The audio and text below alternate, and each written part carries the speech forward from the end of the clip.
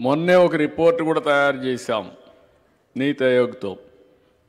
రాబోయే రోజుల్లో ముంబైకి ధీటుగా విశాఖపట్నాన్ని అభివృద్ధి చేయడానికి ప్రణాళికలు తయారు చేస్తున్నాం.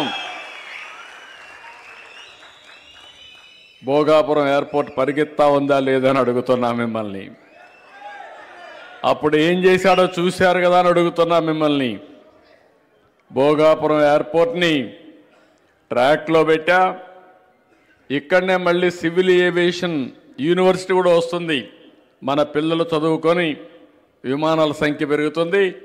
అందులో పనిచేసే వాళ్ళ సంఖ్య కూడా మన రాష్ట్రం నుంచి రావాలి, విశాఖపట్నం నుంచి రావాలి అనే ఉద్దేశంతో పెద్ద ఎత్తున దానికి ఒక యూనివర్సిటీ తీసుకొస్తాం. తొందరలోనే విశాఖపట్నంలో మీరు ఒక్కసారి చూస్తే మెట్రో కూడా వస్తుంది. నేను అప్పుడు ఎక్కడ వేసిన గొంగళి అక్కడే ఉంది, ఒక్క అడుగు కూడా కదల్లా.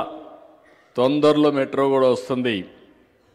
ఇది కాకుండా మీరు ఒకసారి చూస్తే విశాఖపట్నం ఇప్పటికే టీసీఎస్ వచ్చారు.